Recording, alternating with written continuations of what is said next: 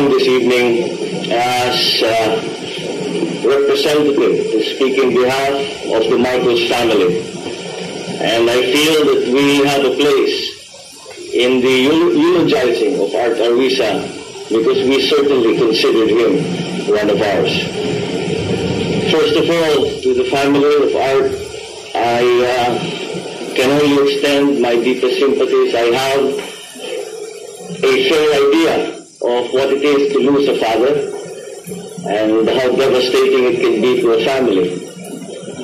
But as you can see, Art had many friends, and more important than that, Art had many brothers who are here, who are devoted to him, and because of our affection and respect for him, that extends, of course, to all of you. And although whatever efforts we may have to try and help you through this terrible time. I first became aware of Art Ariuza vaguely through my sister Amy, when Art was her OIC, the officer in charge of her security in Princeton. And she was remarking upon the high quality of the new officers that they were sending her. Because she was saying that here was somebody who seemed to be at home anywhere she went. And she went to some very unusual places. I properly knew him, got to know him, was when he became aide-de-camp to my father. And as anyone who spent any time in the study room will know, there were many periods where the rest of us would be in the back. And whilst the old man would be attending to the business of state, we would be having our little chats.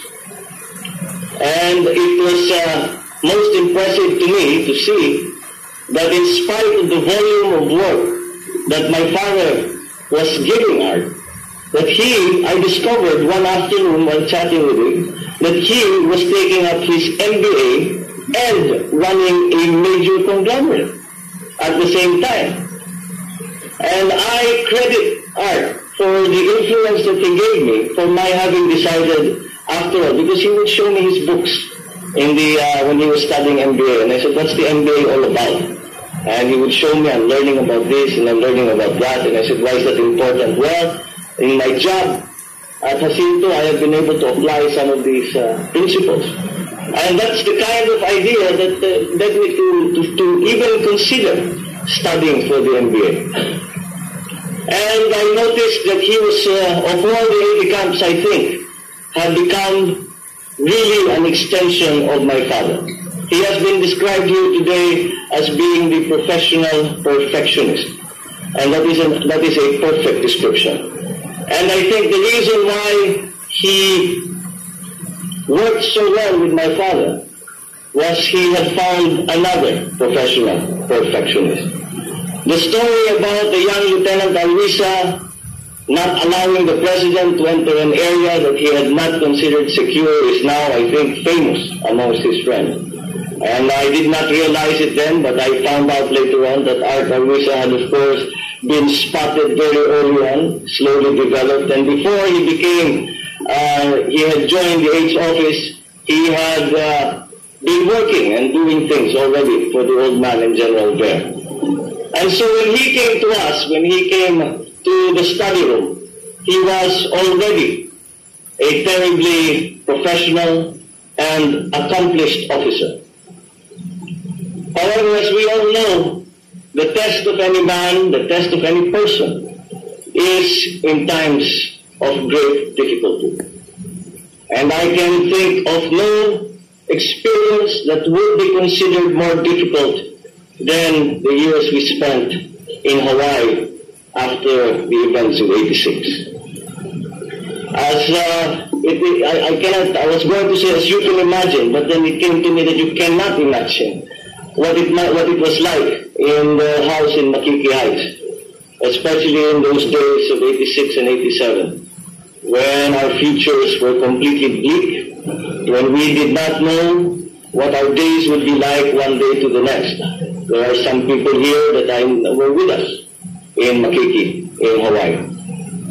But Art was always there to maintain some kind of professionalism, to not give up, to keep your courage up. And it must have affected him as much as it affected all of us. But nevertheless, I knew that he felt that being the leader that he was, that he could not show any sign of weakness. And that show of strength that he gave us was something that we came to depend upon, and that we lent upon in our darkest, most difficult days.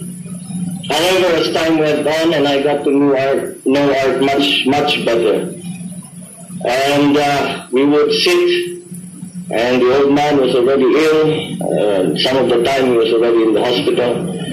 Art and I would sit around and talk about many things, and for the first time in our relationship, I began to know what was deeper in his heart. And I must say that what we saw on the surface with Art, which was a sterling, loyal, almost heroic personality, when you dug down deeper, it got even more sterling and more heroic and more courageous.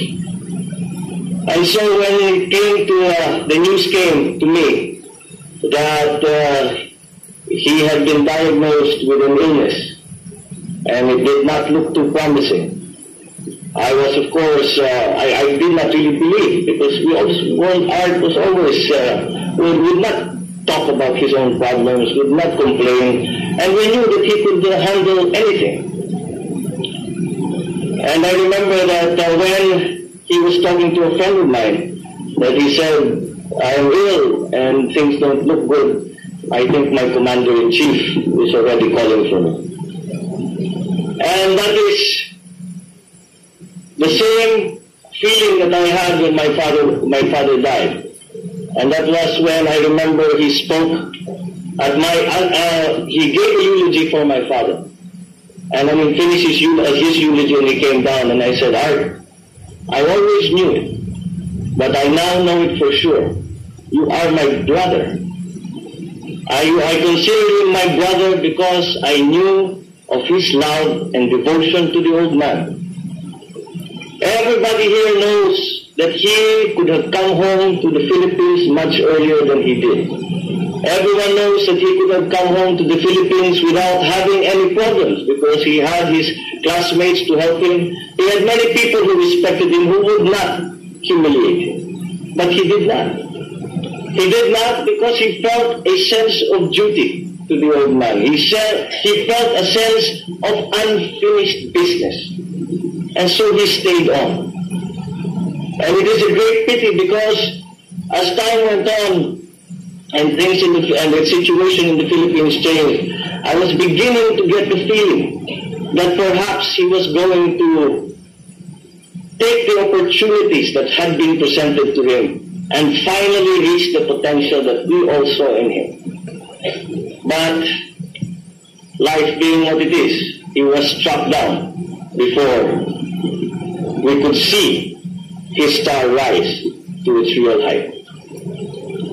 And so when I heard the news that he had lapsed into a coma, and that all life support systems had been removed, and that they did not expect him to survive, as we all do, we try to make sense of a friend's life. We try to understand what was he all about. And when I thought about it, the words or the phrase that kept coming to my mind was officer and a gentleman. Art was an officer and a gentleman. He was an officer and a gentleman not by any act of any Congress, but he was an officer and a gentleman because of the quality of his person, because of his humanity, his intelligence, his courage, his loyalty, and finally his goodness. And so it is unfortunate that we must gather under these circumstances. And I am almost in disbelief that I am here. that I have lost my friend, my brother, and I can say my comrade, because we fought many battles together. There will be, I do not think, anyone like Art, quite like him, in our lives again. And what has he left us? What is his legacy? For me, the legacy that I will remember Art with is the example that he set for us. He would always make me feel, bring out the best in me, try and give me a good example. And he did not do it by being pompous, by telling us what to do. He made the example by being it.